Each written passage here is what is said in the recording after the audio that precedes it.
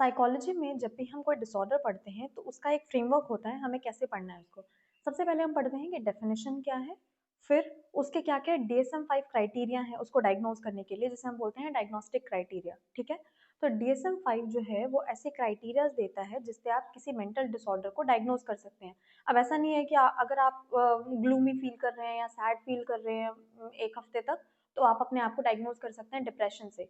उसके लिए जो सेट ऑफ क्राइटेरिया गिवन है बाय DSM वो चेक होने चाहिए ताकि आप डायग्नोज करे जाएं। ठीक है, पहला हो गया डेफिनेशन, फिर डायग्नोस्टिक क्राइटेरिया, क्या टाइप्स हैं, कितने टाइप के डिसऑर्डर होता है, फिर प्रेवलेंस मतलब कि ऑल ओवर वर्ल्ड में कितना पाया जाता है, उस कंट्री में कितना पाया जाता है, ये एपिडेमिक है या पैंडेमिक है या क्या है, फिर जेंडर डिफरेंसेस, मेल्स और फीमेल्स में कौन ज़्यादा सफ़र करते हैं इस चीज़ से, डिप्रेशन से ऑलमोस्ट दोनों ही सफ़र करते हैं, ऐसे करके। तो इससे हमें जेंडर डिफरेंसेस पता चलते हैं। फिर है कोमॉर्बिडिटी।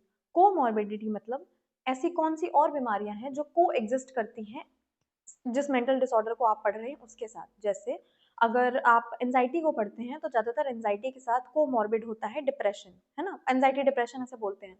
तो ये हो गया। या फिर अगर बॉर्डरलाइन पर्सनालिटी डिसऑर्डर है तो उसके साथ कोमॉर्बिड हो सकता है एंजाइटी या डिप्रेशन या ADHD, है ना।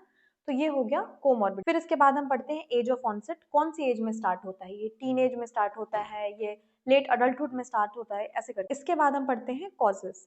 कॉजेज में तीन मेजर टाइप के कॉजेज होते हैं, बायोलॉजिकल कॉजेज, साइकोलॉजिकल और सोशल कॉजेज। ये क्यों बीमारी हो रही है, क्या इसके सारे फैक्टर्स इन्वॉल्व हैं।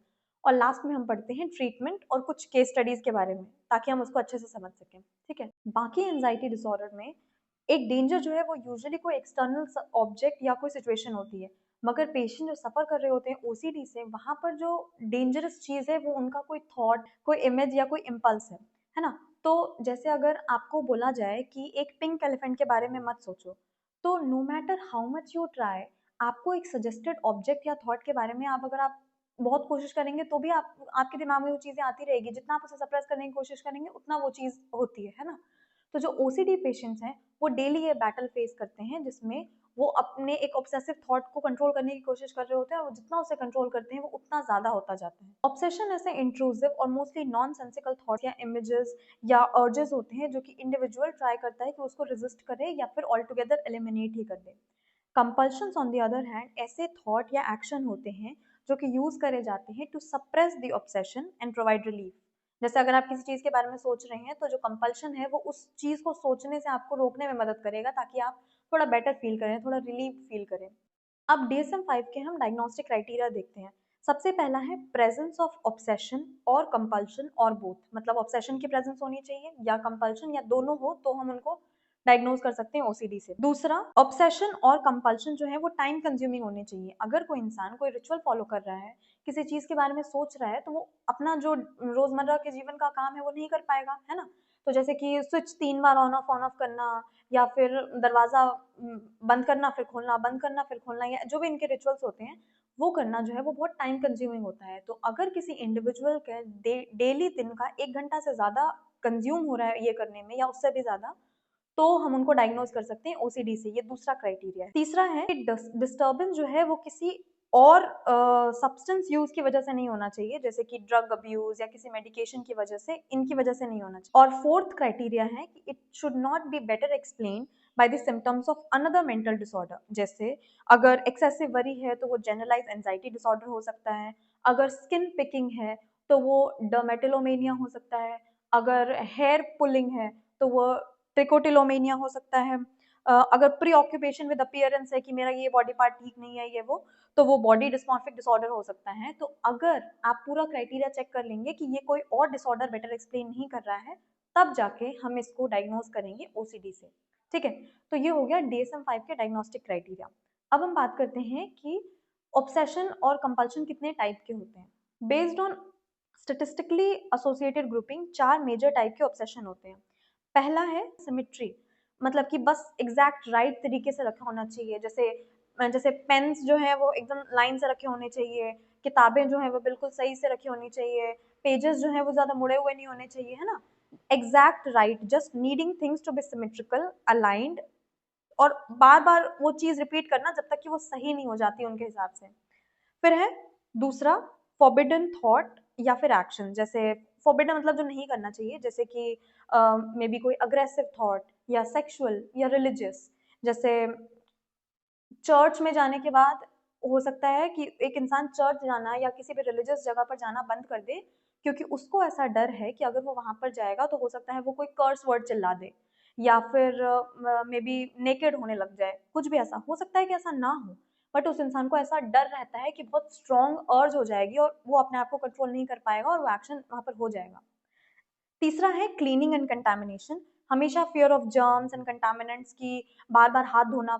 ऑब्सेशन होता है एक थॉट, जैसे कि मान लेते हैं मुझे थॉट है कि सारी चीजें जो है वो कंटामिनेटेड हो सकती है, मुझे कोई बीमारी हो सकती है, और कंपल्शन होता है उस थॉट को मैनेज करने के लिए जो एक्शन लिया जाता है, या दूसरा थॉट होता है जैसे फिर मैं क्या करूंगी, बार बार हाथ धोऊंगी, ऐसी ऐसी चीजों को खाऊंगी जो मुझे लगता है कि ये कंटामिनेटेड नहीं हो सकती है ना। और फोर्थ है होर्डिंग, होर्डिंग मतलब fear of throwing anything away, तो डर रहना कि हो सकता है कि ये मेरे काम की चीज हो तो इसको मैं बाहर ना फेंकूं या इसे हटाऊं ना। तो होर्डिंग डिसऑर्डर एक अलग ही टाइप की डिसऑर्डर हो जाता है, जिसमें क्या होता है, collecting and saving objects with little और no actual sentimental value, such as food wrapping या न्यूज़पेपर या कुछ भी ऐसी चीजें जिनकी बाद में कोई जरूरत नहीं पड़ने वाली, मगर फिर भी इंसान उसे अपने से दूर नहीं कर पाता है। 5 primary types of compulsive rituals होते हैं। पहला है क्लीनिंग, मतलब बार बार हाथ धोना, नहाना, या कि ये कंटामिनेशन के फियर को रिड्यूस करने के लिए किया जाता है।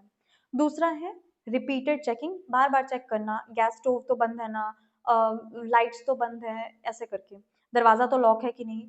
फिर है ऑर्डरिंग और रीअरेंजिंग, चीजों को बार बार लाइन से लगाना, काउंटिंग, बार बार काउंट करना, ऑब्जेक्ट्स को काउंट करना, या फिर स्टेप्स काउंट करना, एक्शंस काउंट करना। और है मेंटल रिचुअल्स में आ जाते हैं, जैसे वर्ड्स रिपीट करना, प्रेयर्स रिपीट करना, कोई फ्रेजेस साइलेंटली रिपीट करना, ये हो गए कंपल्सिव रिचुअल्स। अब हम बात करते हैं प्रेवलेंस, मतलब कि ऑल ओवर वर्ल्ड में कितना पाया जाता है। तो एक स्टडी में पाया गया कि 2.3% एवरेज लाइफ टाइम प्रेवलेंस है ओसीडी का। कुछ स्टडी में 3% भी पाया गया है। अब ये जो ऑब्सेसिव थॉट्स हैं या जो वरीज हैं वो नॉर्मली हर इंसान को होता है ना। हर एक इंडिविजुअल जो है वो सफर करता है, कई बार हॉरिफाइड होता है इन थॉट से, considering them science of an alien या इविल फोर्स, बोलते हैं ना कि ओह मैं इतना बुरा क्यों सोच रहा हूँ, मुझे नजर लग गई होगी या कुछ भी ऐसा। बट इसको बहुत ज्यादा लेवल पे, बहुत सिवियर लेवल पे होना तब हो जाता है ओसीडी। ऑल्सो ओसीडी का जो मेल फीमेल का रेशियो है वो ऑलमोस्ट 1:1 का है, नियरली। बच्चों में ऐसा एविडेंस पाया गया है कि ज्यादा मेल सफर करते हैं ओसीडी से as compared to female, but by mid adolescence जो सेक्स रेशियो है वो ऑलमोस्ट सिमिलर हो जाता है। एज ऑफ ऑनसेट जो है वो रेंज करता है from childhood through the 30s, median age of onset है वो 19। According to Indian epidemiological survey, lifetime prevalence जो है वो ओसीडी का पाया गया था 0.6%। इसके बाद हम बात करते हैं इटियोलॉजिकल फैक्टर। इटियोलॉजी मतलब होता है कॉजल फैक्टर्स क्या क्या हैं, तो इनमें हम 3 कॉजल फैक्टर्स के बारे में बात करते हैं, psychological, biological and social factor. Psychological causal factor में हम पहली चीज के बारे में बात करते हैं जो है ओसीडी एज लर्नड बिहेवियर। इसमें हम Mowrer's two process theory of avoidance learning के बारे में बात करते हैं। ये थ्योरी जो है वो बात करती है दो चीजों के बारे में, classical conditioning and operant conditioning. तो अकॉर्डिंग टू दिस थ्योरी, एक न्यूरल स्टिमुलाई जो है वो एसोसिएटेड हो जाते हैं विद फ्राइटनिंग थॉट या एक्सपीरियंस थ्रू क्लासिकल कंडीशनिंग, जो कि एलिसिट करते हैं एंजाइटी। फॉर एग्जांपल, जैसे एक डोर नॉब छूने से या फिर दरवाजा छूने से एक इंसान ऐसा सोचता है कि मुझे कंटामिनेशन हो जाएगा, मुझे कुछ एलर्जी हो जाएगी या कुछ, ठीक है। तो डोर नॉब या फिर हैंडशेक करना एसोसिएट हो जाते हैं with this scary idea of contamination, ठीक है। Once having made this association, the person may discover कि जो एंजाइटी प्रोड्यूस हो रही है ये हाथ में लाने के बाद या दरवाजा का नॉब छूने के बाद, उसको ठीक करा जा सकता है इसके बाद हाथ धोने के बाद। तो हाथ धोना जो है वो हो गया एक नेगेटिव रीइंफोर्समेंट। जितनी बार वो इंसान हाथ धोएगा उतनी बार उसको अच्छा लगेगा और उतनी बार वो सोचेगा कि हाँ ठीक है, इस एंजाइटी को रिड्यूस करा जा सकता है हाथ धोने के बाद। तो हाथ धोना इस ऑब्सेशन का कंपल्शन बन गया, which makes it more likely to occur again in the future. जब भी उस इंसान को कोई कंटामिनेशन का थॉट आता है तो वो जाके फिर हाथ धो लेगा।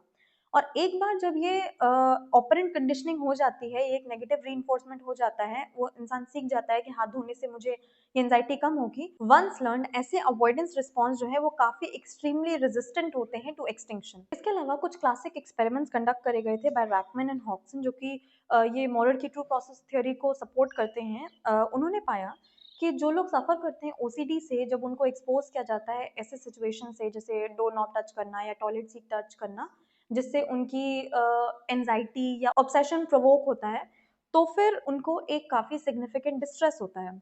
और वो डिस्ट्रेस जो है वो एक पर्टिकुलर टेम्पररी टाइम के लिए होता है, would continue for moderate amount of time, और फिर ग्रेजुअली खुद ही डिसिपेट हो जाएगा। अगर उस इंसान को अलाउ कर दिया जाता है कि वो अपना कंपल्सिव रिचुअल तुरंत फॉलो कर ले इमीडिएटली, तो उसे एक टेम्पररी रिलीफ मिलता है, मतलब वो बेटर फील करता है, उसका वो जो डिस्ट्रेस है वो खत्म हो जाता है। साइकोलॉजिकल कॉजल फैक्टर में दूसरा रीजन है ओसीडी एंड प्रिपेयर्डनेस। प्रिपेयर्डनेस मतलब होता है कि ह्यूमन बीइंग्स जो हैं वो प्री डिस्पोज्ड होते हैं कि वो कुछ सर्टेन स्टिमुलाई को लेके फियर्स जो हैं वो जल्दी डेवलप कर लेंगे, जैसे कि सांप को लेके या अंधेरे को लेके, बीमारियों को लेके, कोई कहीं कुछ कंटामिनेंट्स हों उसको लेके, क्योंकि वो इम्पोर्टेंट रहे हैं फॉर सर्वाइवल ड्यूरिंग एवोल्यूशन। अब ऐसा क्यों होता है? एवोल्यूशनरी पर्सपेक्टिव से अगर एक इंसान जो है वो अंधेरे से डरता है या जानवरों से डरता है, जंगली जानवरों से या सांप से डरता है, तो उसका डरना लाजमी है। क्यों? क्योंकि अगर हम एवोल्यूशन में देखें सर्वाइवल के लिए, तो पहले जो लोग हैं वो रात को नहीं निकलते थे क्योंकि अंधेरा हो जाता था, तो उनको अंधेरे में नेविगेट करना नहीं आता था, या जंगली जानवर से वो दूर रहते थे क्योंकि जंगली जानवर उन पर अटैक कर सकते हैं। कोई बीमारी जो है वो उनके आसपास लव्ड वन को हो सकती है, तो बीमारी से लोग उसको डेंजर की तरह ट्रीट करते थे, है ना? तो सेम वैसे ही जो ओसीडी पेशेंट्स हैं वो भी, या इन जनरल हम लोग इन सारी चीज़ों से पहले प्री डिस्पोज्ड, हम डरे हुए रहते हैं। उनसे एक बार डर डेवलप हो जाता है तो बहुत मुश्किल से वो एक्सटिंक्ट होता है कि अरे नहीं, इससे डरना नहीं है। अब दूसरा है कॉग्निटिव कॉजल फैक्टर। तो कॉग्निटिव कॉजल फैक्टर में पहला रीजन है effect of attempting to suppress obsessive thought. अब एक मेजर कॉग्निटिव फैक्टर है जब एक इंसान अटेम्प्ट करता है to suppress unwanted intrusive thoughts, तो पैराडॉक्सिकली वो जितना उसे सप्रेस करने की कोशिश करता है वो इंसान उस चीज के बारे में उतना सोच। एक्सपेरिमेंट करा गया जिसमें लोगों को बोला गया कि आप एक काम करो, आपके जो दिमाग में इंट्रूसिव थॉट्स आते हैं उनको एक डायरी में नोट करो, ठीक है? फिर कुछ दिन उन्हें बोला गया कि आप अपना आज ना जो भी आपके इंट्रूसिव थॉट्स आएंगे उनको सप्रेस करने की कोशिश करना, और फिर नोट करो कि आपको किस दिन कितने इंट्रूसिव थॉट्स आ रहे हैं। तो ये पाया गया कि जिस दिन वो सप्रेस करने की कोशिश कर रहे थे अपने थॉट्स को, उस दिन उन्हें बाकी दिन के मुकाबले डबल इंट्रूसिव थॉट्स आए हैं, जो कि इस थ्योरी को, इस कॉन्सेप्ट को प्रूव करता है। अगर आप पहले किसी चीज़ के बारे में हल्का-हल्का सोच रहे थे, हाँ ठीक है, फिर आप सोचते हैं कि मुझे इस चीज़ के बारे में नहीं सोचना है, तो और डिटेल में और इंटेंसली और फ्रीक्वेंटली वो थॉट आपके दिमाग में चलने लग जाए। डैनियल वेगनर ने ये रिसर्च में शो करा कि जब लोगों को बोला जाता है कि आप अपने इस थॉट को सप्रेस करो, तो it often returns even stronger. This is called the rebound effect या फिर ironic process of mental control. जैसे इन एक्सपेरिमेंट में उन्होंने लोगों को बोला कि एक वाइट पेयर के बारे में मत सोचो, मतलब एक सफेद भालू के बारे में मत सोचो। तो जितना ज्यादा बोला जा रहा है आप मत सोचो, उतना ज्यादा आप अपने आप को रोक रहे हैं कि नहीं नहीं सोचना है, मगर यू कांट हेल्प इट, आप उस चीज के बारे में सोचे ही जा रहे हैं और वो चीज अपने आप आपके दिमाग में बनती है। तो ऑब्सेसिव कंपल्सिव डिसऑर्डर में कॉग्निटिव थ्योरीज ये सजेस्ट करती हैं that the problem is not only intrusive thought, but कैसे इंडिविजुअल उस इंट्रूसिव थॉट को इंटरप्रेट कर रहे हैं। People with OCD often show करते हैं कॉग्निटिव बायसेस एंड डिस्टॉर्शन, जिसमें पहला है थॉट एक्शन फ्यूजन। ये बिलीफ होता है जिसमें उनको लगता है कि अगर आप किसी चीज के बारे में बुरा सोच रहे हैं या जैसा भी सोच रहे हैं, तो it's equivalent to doing it. मतलब अगर मैं ये सोच रही हूँ कि मैं किसी को ट्रेन के आगे धक्का दे दूं, तो it is as bad as actually किसी को ट्रेन के सामने धक्का दे देना, है ना? तो मान लेते हैं आपने किसी को धक्का दे दिया, तो आपको फिर बहुत गिल्ट होगा, तो वैसा ही गिल्ट होगा सिर्फ उस चीज के बारे में सोच के, ठीक है? तो thinking about something is morally equivalent to doing it, और that thinking about an event increase कर देता है कि वो अब हो जाएगा। जैसे अगर मैंने बोल दिया कि तुम शायद फेल हो जाओगे एग्जाम में, तो बहुत चांसेस हैं कि तुम फेल हो जाओगे सिर्फ इसलिए क्योंकि मैंने बोल दिया है, ठीक है? इसको हम बोलते हैं थॉट एक्शन फ्यूजन, इसको फ्यूज कर दिया है। दूसरा है over estimation of threat. People with OCD often exaggerate करते हैं likelihood and severity of a danger.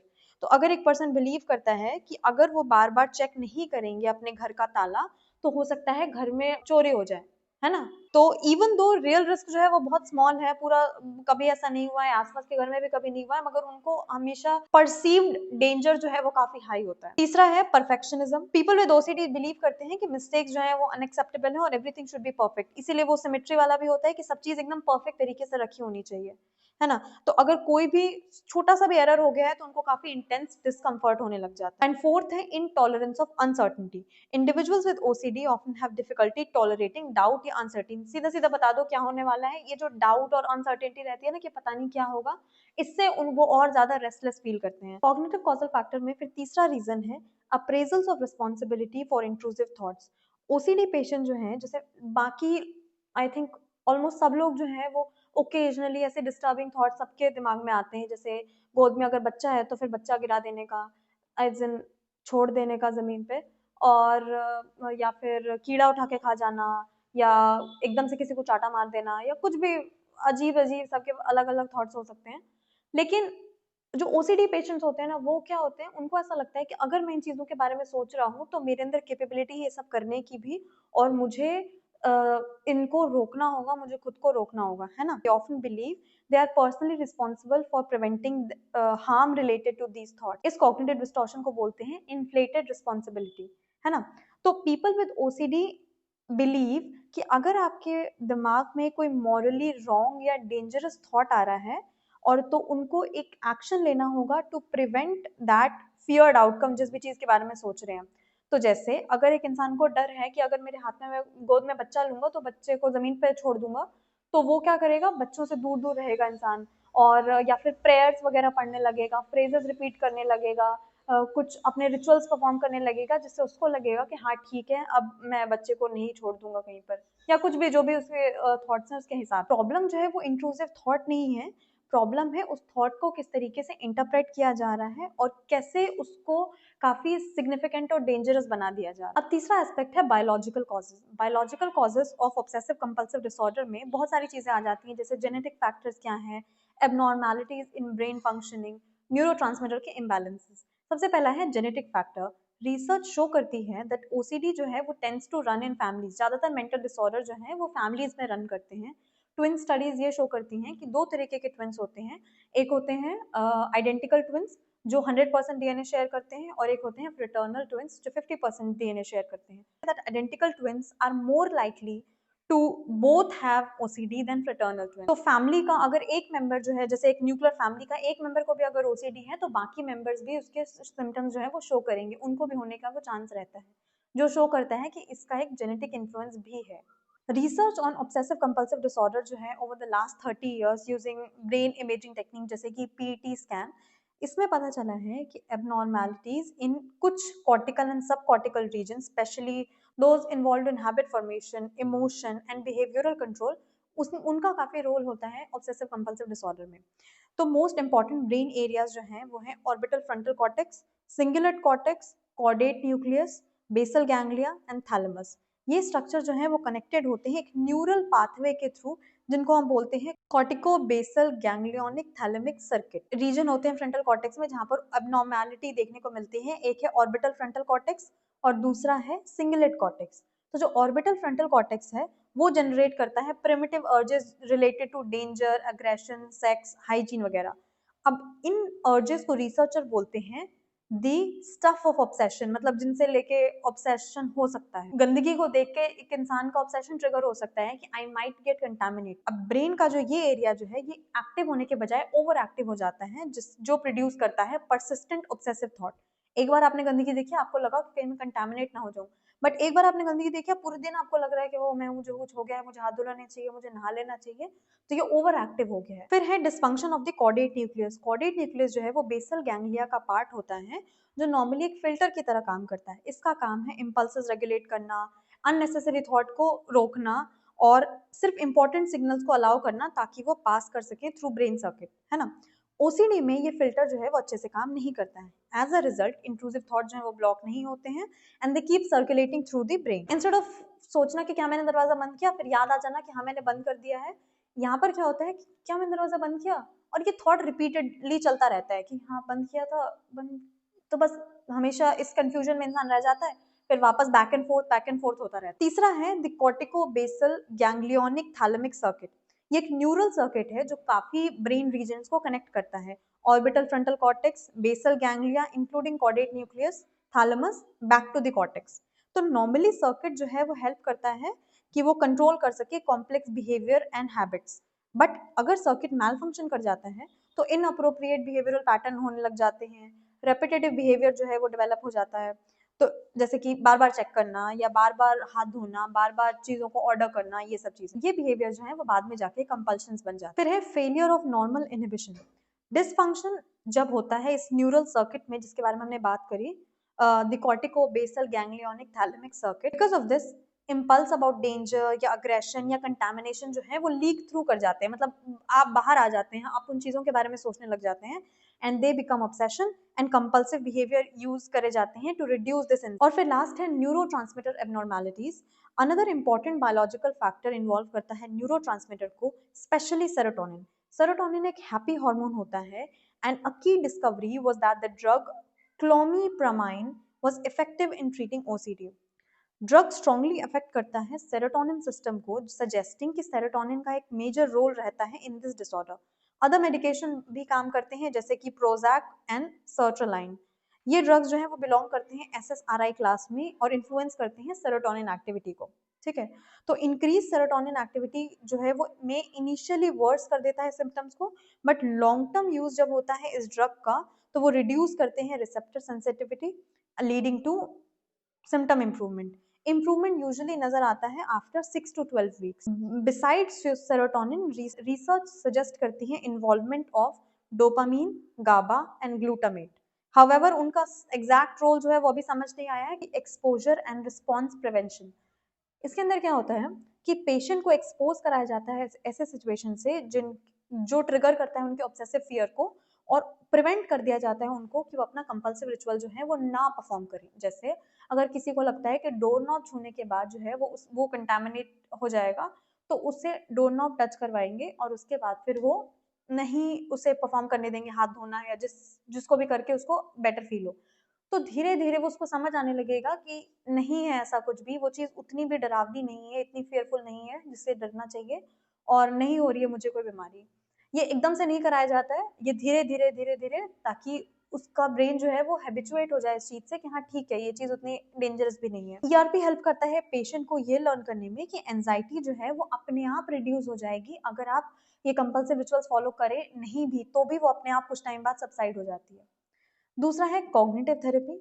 Cognitive therapy है फोकस करती है on changing irrational beliefs and cognitive distortions जो कि एसोसिएटेड होते हैं विद OCD। ये हेल्प करता है पेशेंट को with believe such as inflated responsibility या परफेक्शनिज्म या intolerance of uncertainty, thought action fusion, जिन जिन कॉन्सेप्ट के बारे में अभी हमने पढ़ा। एक इंसान जो है वो समझ पाता है कि एक बुरा ख्याल का आना उसको करने के जितना बराबर नहीं है, और किसी चीज को सोचना उस चीज के होने की प्रोबेबिलिटी को नहीं बढ़ा देता है। ठीक है, धीरे धीरे वो उस चीज को लर्न करते हैं। इसके अलावा तीसरा है मेडिकेशन।